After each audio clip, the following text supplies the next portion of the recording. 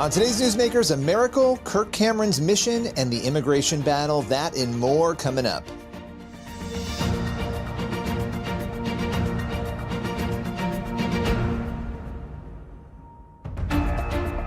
Welcome to Newsmakers, a show where we go behind the headlines each week to bring you interviews with your favorite pastors, entertainers, politicians, and other notable news figures. On today's Newsmakers, we're joined first by actor Kirk Cameron. He's here to preview his See You at the Library event, and he's also here to share why he believes many pastors and Christians could learn a lesson from President Donald Trump and prolific podcaster Joe Rogan. Let's welcome Kirk to the show. Kirk, appreciate you joining me today. Lots to talk about. You have your See You at the Library event coming up very soon. We're going to get into that. You've got an amazing podcast I want to talk about. That's Tell right. us about this podcast, why you did it, and where people can listen to it. So thank you. I've got a brand new YouTube show. It's called The Kirk Cameron Show, and I get to do this together with my sons and my daughters. And this has been my dream for 20 years, is to have the Cam fam together and be able to talk about things unfiltered that often I don't get to talk about. You know, as a believer, I often, if I'm with a big organization, they don't want me to get into divisive, controversial issues, things that might be political, things that might cross denominational lines, or at least be so ecumenical that we can't talk about baby baptism. We don't want to talk about, women in the pulpit or Bible versions or the age of the earth. But on the Kirk Cameron Show, the gloves are off. It's unfiltered. I get to talk about the Diddy trial. I get to talk about Elon Musk and the spat with him and Trump, the Iran bombings, and everything in between. I get to have morning devotionals over coffee, straight out of the scriptures, and then dangerous conversations with my 22-year-old son about relationships and about purity, about mental health, and about cringy Christianity and what we do about it. So I love it. It's called The Kirk Cameron Show. I want everybody to go over and join us Monday, Wednesday, Friday for new episodes on my YouTube channel, which is The Kirk Cameron Show. I love that. And, it's cool to have your own space, but it's really unique because you're getting a chance to bring your kids in, like you were saying, and have this family conversation. I mean, what a cool opportunity as a dad and also as a public figure to be able to do that. Well, you're absolutely reading my heart and my mind, and that is, how do I help my children stabilize and launch? How do we get our kids into orbit? How do we set up some kind of a legacy platform for our grandchildren so that they can continue to advance the kingdom of God? And you got me thinking about the third thing that we would discuss today, and that is the See You at the Library event, which is a legacy opportunity for parents and grandparents to set up a platform for their children to be able to advance a movement of faith, conviction, and truth. And I'm so excited about it. It's kind of the culmination to all those story time book readings that I have been doing over the last couple of years at public libraries. We are witnessing thousands of children coming together in the summertime on one day, and they're into story time, prayer time, and singing, declaring that the normative culture is about faith, hope, and love, not about drag queen story time.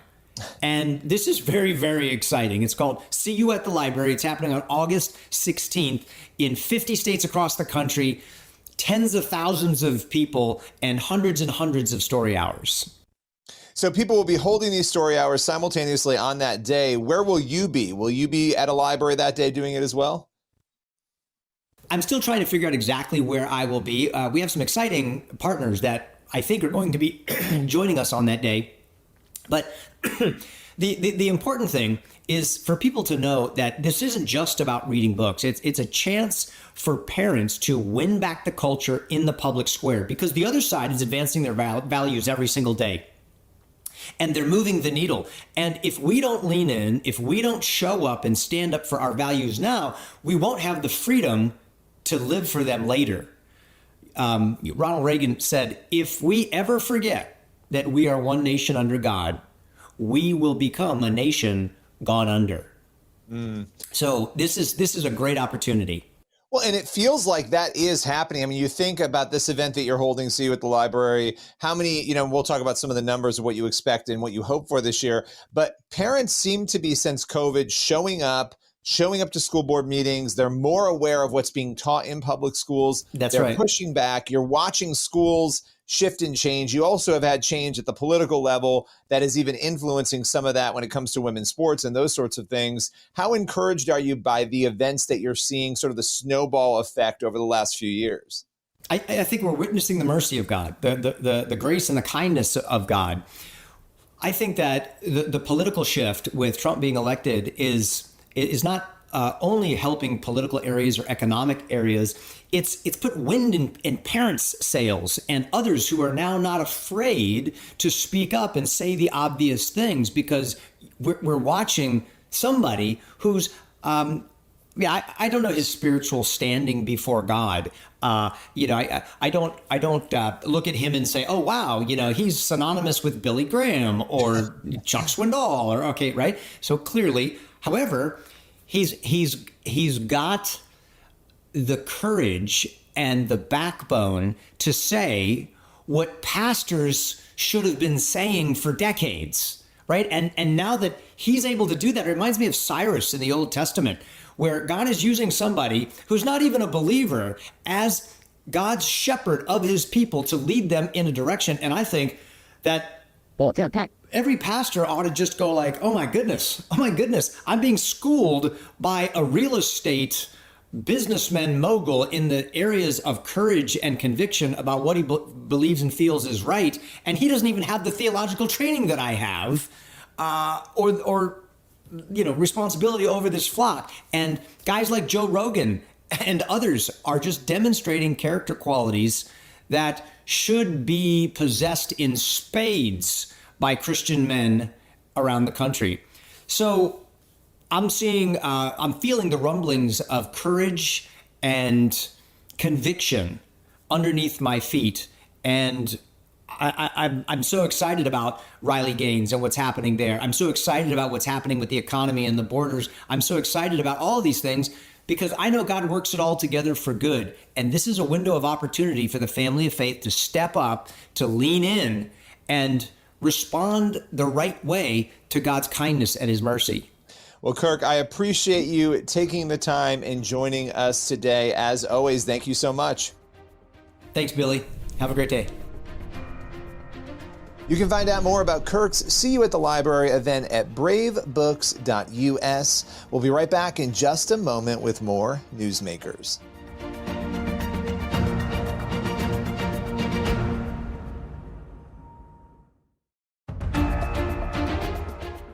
Welcome back to Newsmakers. Next up, Pastor Jason Noble joins us to reflect on John Smith, a teenager who fell through the ice in 2015, was underwater for 15 minutes, and was clinically dead for over an hour before miraculously coming back to life. The ordeal became the basis for the hit film Breakthrough. Let's welcome Jason to Newsmakers to share the incredible story. Well, Jason, it's always good to connect with you. And I have wanted for a long time, we've been friends and I've known your story and John Smith's story for a very long time, as millions of other people around the country and the world do. But, some time has passed and I love getting a chance to dive back in to this story and sort of learn what has happened since. Now, your story was told, obviously, and John's story in the film Breakthrough. And this happened in 2015 where John fell through the ice. It's a crazy story. For those who don't know, give us some of the back details. Yeah, I mean, it is really one of the most, I really say it's a modern day Lazarus story when you look back and you see. So John, he was 15 years old, fell through the ice in St. Louis, was dead, was under for 15 minutes, dead for an hour and 15. And his mom walked in and she prayed, Holy Spirit, bring my son back to life. And a lot more animated and a lot more intense than that. And it was at that moment, every machine came back to life and John was back to life. And that was just the beginning, right? He coded 3 or 4 more times. I mean, just the incredible story of how God showed up in that situation. Wow. But what had happened is John was completely healed, walked out of the hospital 14 days later, and was no sign, cleared by all doctors 40 days after that. And he is now a 25-year-old young man. His birthday is actually today as we're recording this. Oh, wow. Yep, he has 2 children. And all of the stuff that we found out afterwards has just been amazing. When you see how God just puts a story like this together, and you just see how everything just falls right into line. It's one of the most incredible miracles I've ever seen and continues to be. Like, as I travel the world, I still hear people saying, man, breakthrough, like, touched my heart like I've never experienced before. When you go back to that prayer that Joyce said over her son in that hospital, right? And you think about unbelief, if Joyce had no belief, if Joyce didn't say that prayer, if Joyce didn't step out in faith in that way, in that desperate moment and cry out to God, is it possible that John would not have lived, that he would not have come back, that those machines would not have turned back on? 100%. 100%.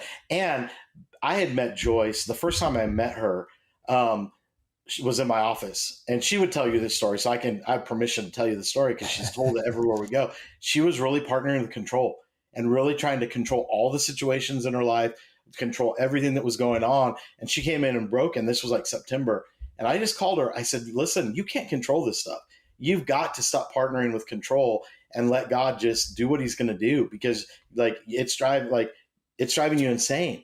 And I think even that conversation, if she would have walked in there and tried to control and tell God what to do, like at the end of the day, like it's amazing how God set her up to be ready to walk into that hospital. And I tell people all the time, it's a life or death situation. She had 1 second to decide whether she was going to fall apart in fear or rise up in faith. And if she would have fallen apart in fear as she walked into that hospital room, literally, I think John would have not been here today. And an interesting fact that John will tell you is that he was not serving the Lord when he went under the water. And so she was literally like fighting for her son's salvation. He would tell you that. It took him about 2 years after the fact to fully surrender his life to Jesus. And some people ask us, the question we always get right is, well, did you see heaven? Did you, John always says, people ask if I saw the golden arches. Now that's McDonald's anyways. But he said no. And we had prayed that. One of the things the Lord really put on our hearts is pray that he doesn't see or remember anything while he was underwater, because it was so traumatic. And he said he just saw darkness because that's where his heart was. And so really interesting. I will throw one thing in. When I studied faith, right? Because people will say, well, if I just had more faith, then maybe God would show up and do it for me or whatever. I think there's a difference between faith and belief, right? So they kind of come from the same bucket, but a lot of people spend time trying to build their faith. What did Jesus say to the disciples when the disciples said, well, could you give us more faith? Jesus said, no, all you need is the size of a mustard seed, but it's that belief. And it's interesting. Most of the New Testament miracles, they say, Jesus would say, you're healed because of your belief, not because of your faith, right? Yeah. So it's interesting. And so what I always say is faith is like knowing where every gym is in town, and belief is like actually going to work out. Belief I like that. Building, right? Like you're holding on to God's promises. You're building your belief so that you can walk into a situation and believe that God is going to be who he said he was going to be. Awesome. Well, as always, it was great catching up with you. Appreciate your time and taking us through this. This is an important topic, and we really do appreciate it. 100%. Thank you. Appreciate it, buddy. What an amazing miracle story. As you know, miracles are still happening today. And if you want to see more stories like this, you can stream CBN's Investigating the Supernatural Miracles. We traveled the entire country documenting some of the most powerful miracle stories. You can watch the documentary at cbn.com/miracles. We'll be right back in just a moment with more Newsmakers.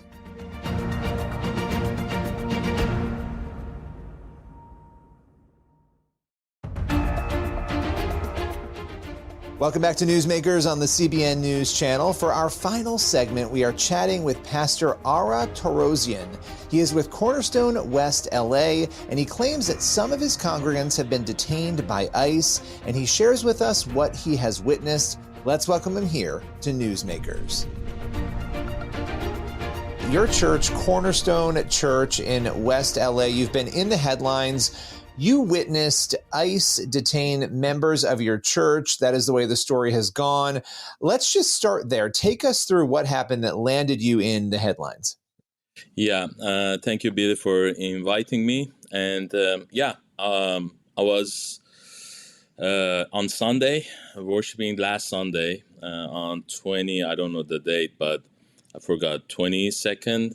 And then a family member of our church came to me and said, we have appointment tomorrow at Immigration Federal Building in downtown Los Angeles. Shall we go or not? As a pastor, myself, usually I teach them also constantly, like, you have to respect the law, you have to follow the rules and everything, and respect, and to be a good citizen from beginning of your arrival in US. So they had this mother, father, and also a 3 years old kid. So they went to downtown Los Angeles, and usually because they don't have anybody, I asked them, call first your lawyer and then call me. So the lawyer called me at 1:30 p.m. that they got detained in the immigration office. So I ran there, and there's a story you can read in my social media that I was very devastated to see. They got caught, and then they went to ICE room, and they took them. And the only things that I had to do is ask them if they can give the key, because they have a small dog, to save that dog. And then it was like very bad night, nightmares, what's happened, why they caught them. Like, they went to appointment. They are asylum seekers, Christian asylum seekers, and they have all paperwork, and they follow the rules. And Can I ask you, can I pause really quick and ask you just two quick questions? What did they think the meeting was for? So they were going to meet with ICE. What did they think they were going to be meeting with them about? Usually they go to kind of update their address, and that's a process of showing themselves in the office to see what they are doing, like updating and paperwork, following paperwork, and signature that they are here. So that's a regular for asylum seekers. They have the document, and they're waiting for the court day and follow up things. The second question, how long have they been here in America? They arrive, I think, in October 2024. Okay. So under a year. And they came through, when they came to America, because just so we get all these little pieces up, when they came here, they went through the proper process of coming. So they, of course, legally. Yeah, legally, they have documents, they were waiting, and some of them, they have work permit, social security number, and they're asylum seekers from Iran. So when you were there, obviously you said it was a bad night. It was traumatizing for you watching all this. Were you able to ask any questions? Why are they being detained? Was there something that maybe you didn't know? Was there did something happen that precipitated or that caused this to happen? Yeah, I was watching the news, following the news, what's happened, ICE in Los Angeles and detaining people. Like, I was thinking, like, oh, they're looking for, because usually when I heard is like undocumented criminal and other stuff, for me it was just shocked to see this beautiful people. The wife was activist in Iran because of the woman movement in Iran. Also, they were part of like underground church, and I was like shocked. Even we were planning to do a short film about women on Tuesday, next day, and we were ready to do it. And I had to call all the crew that this has happened. And no, I didn't. Like I said, like, this is regular. They're respecting the law and they're following the rules of asylum seekers process. And they were kind of pending status of U.S. citizenship or granted for asylum. So where are they right now, as far as you know? So after 2 days, I got notified in the system online that they send them with the kid, 3-year-old kid, to South Texas family facility, and close by San Antonio. And also I sent somebody to one of my American friends that fluent in Farsi to go there, pray for them, to take the Bible. And so they didn't allow him to see this family with the kid. And yeah, that's what I got a few calls from them that not pleasant over there, lots of crowded like And I asked them that, are your kid is separated or you're separated? They said, no, at 8 a.m. to 8 p.m. we are together. After 8 p.m. The husband should separate it and go to men's part. So they were not really happy, the situation and crowd, and also the situation over there. So as we just come to a close here, if you have people in front of you right now who are skeptical, who they've heard the story, they have compassion, but they're also feeling like, well, we have to uphold the law. If somebody came illegally, even if they went and got the paperwork after, they still came illegally. What would you say to them from your perspective to help convince them of what you've been saying? I just want to sort of put a bow on this and round it out, because I think it's again, you have two different sides to this, and it's an important distinction to give you a chance to maybe speak to those people. Yeah, I was talking to somebody yesterday, mentioned the verse in Matthew chapter 23, that yes, we need to apply the law, and with that, and respect the law, but with applying the law, we need to have some mercy. So mercy is very important, I think, as a Christian, as an American, and as a root and what this country a famous land of opportunity and freedom. I think we have to have a little bit mercy to people that are coming here. And I'm hoping this chaos in LA, chaos in everywhere, a little bit change, and our lawmaker to do something better, I think. Thank you so much for your time today. I really, really appreciate it. Thank you, Billy. We'll continue to cover this story as it unfolds, and we'll be right back in just a moment with more Newsmakers.